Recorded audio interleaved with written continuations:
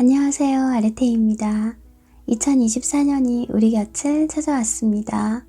올해 어떤 계획과 소망으로 시작하셨는지요?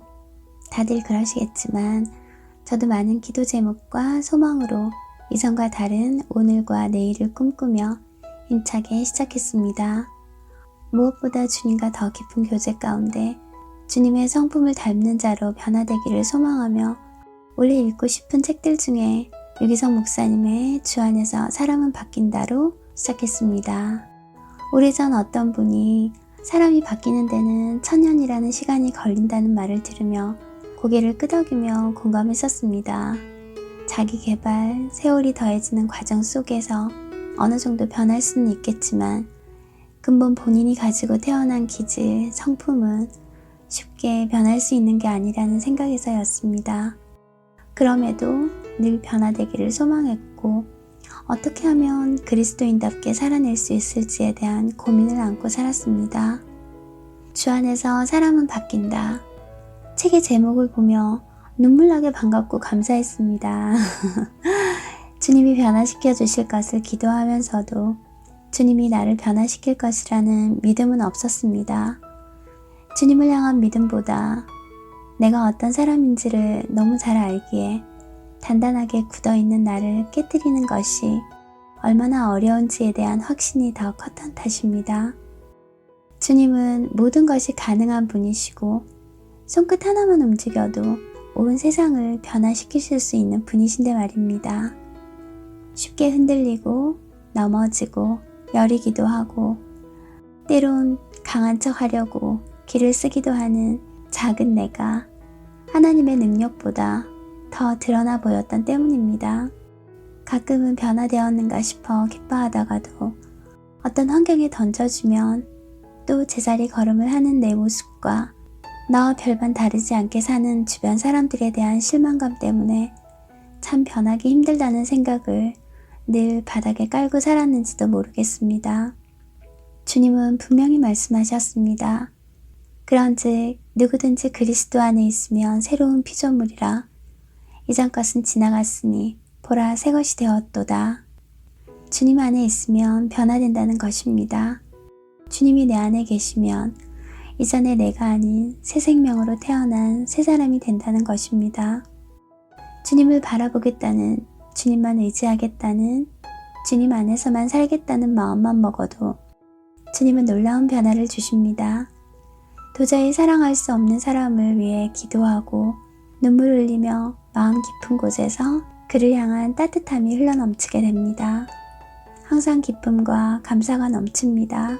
상황은 그대로여도 내 마음이 삶을 바라보는 시선이 바뀌게 됩니다. 성령님의 인도함대로 순종하며 사는 사람은 죄가 몸서리치게 싫어지고 시기, 질투, 욕심에 나의 삶을 쏟아부었던 시간들이 헛되게 느껴질 것입니다. 변화가 어려웠던 게 아니라 주님 안에서 주님만 바라보며 사는 것이 안 되었기 때문에 조금 나아진 듯 하다가도 또 제자리로 빠르게 돌아가 버리는 모습이었던 것 같습니다.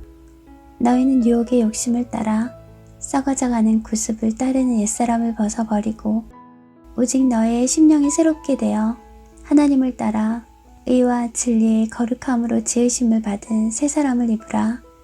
십자가에서 자아가 죽음으로 처리되었음을 믿고 고백해야 한다고 이 책은 말하고 있습니다. 나는 죽었습니다. 오직 내 안에 사시는 이는 그리스도이십니다. 죽은 사람은 어떤 말도, 의지도, 욕심도, 미움도, 시기도, 다툼도, 분쟁도 할 수 없습니다. 나는 철저히 죽어야 하고 오직 그리스도만이 사셔야 함을 다시 한번 마음에 새겨봅니다. 내가 죽으면 예수님의 성품이 드러납니다. 사랑, 희락, 화평, 온유, 자비, 양선, 충성, 인내, 절제. 듣기만 해도 설레입니다. 예수님의 성품이 드러나는 사람 얼마나 아름다울까요? 우리는 믿음으로 구원받습니다. 성령의 열매가 구원의 조건은 아니지만 구원의 중요한 결과가 되기 때문에 반드시 성품의 변화가 있어야 합니다. 성경을 읽고 기도하고 예배를 드리는 것은 너무나 당연한 것이지요. 봉사와 구제도 절대 빠져서는 안 됩니다. 많은 크리스천들이 이렇게 살고 있고 살아내려고 합니다. 그럼에도 교회를 향한 사회적 시선이 좋지만은 않은 이유는 무엇일까요? 성품의 변화 없이는 절대 그 누구에게도 호감을 줄 수 없기 때문입니다. 성령의 열매는 성품의 변화입니다. 성령의 열매는 성령으로만 이루어지기 때문에 참 생명을 가진 하나님의 자녀인지 아닌지를 성령의 열매로 알 수 있습니다. 성령의 열매를 자기 의지로 맺어보려는 사람은 율법주의자가 되어버린다고 합니다. 성령의 열매는 어떠한 상황에서도 변함없이 나타나며 세상을 바꿀 수 있는 힘을 가지고 있습니다. 우리 스스로는 할 수 없지만 우리의 죄를 씻어주신 십자가와 우리 안에 오신 성령님 때문에 우리는 거룩한 삶을 살고 성령의 열매를 맺을 수 있습니다. 우리와 함께 계시는 주님을 바라보는 눈이 분명히 뜨였다면 우리의 삶은 놀랍게 변화될 것입니다.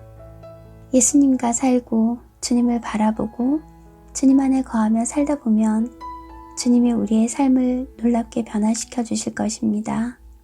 하나님께서 약속하셨습니다. 내가 너희와 함께 하겠다.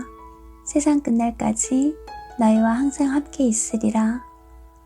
하나님이 함께 하시면 우리는 모든 것을 할 수 있습니다. 내게 능력 주시는 자 안에서 내가 모든 것을 할 수 있기 때문입니다. 주님이 함께 하시고 주님 안에서 우리가 모든 것을 할 수 있고 주님으로 인하여 성령의 열매 맺는 삶을 살게 될 것을 믿기만 하면 됩니다. 책의 저자 유기성 목사님은 24시간 예수님을 바라보라고 늘 말씀하십니다.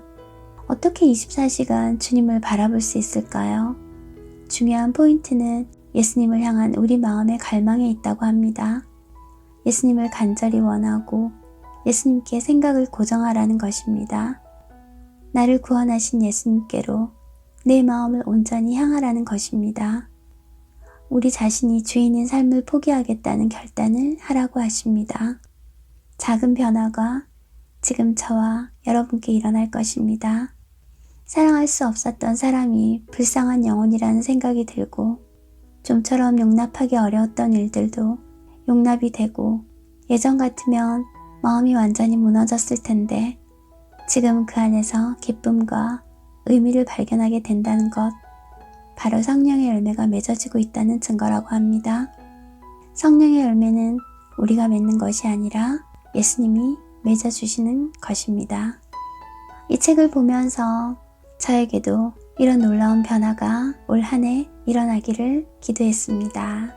새해에는 이 작은 변화가 우리 모두에게 일어나고 세상이 우리를 바라볼 때 괜찮은 사람들이다.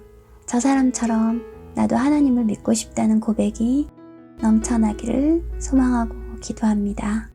오랜만에 또 이렇게 좋은 책으로 우리 유치님들과 또 소통하게 되어서 감사합니다. 남은 시간도 즐겁게 보내세요. 새해 복 많이 받으세요. 감사합니다.